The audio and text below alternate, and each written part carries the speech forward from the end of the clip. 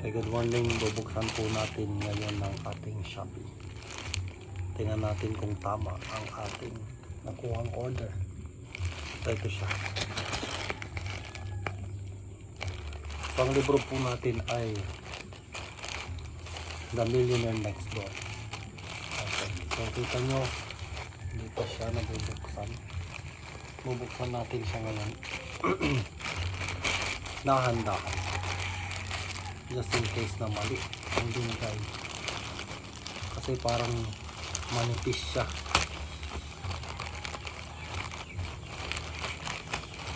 Okay, tingnan natin. Yan. So, nababalot ulit siya ng maitim na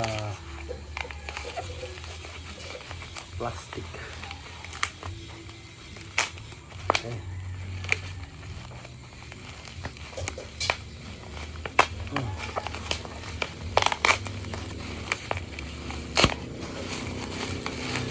At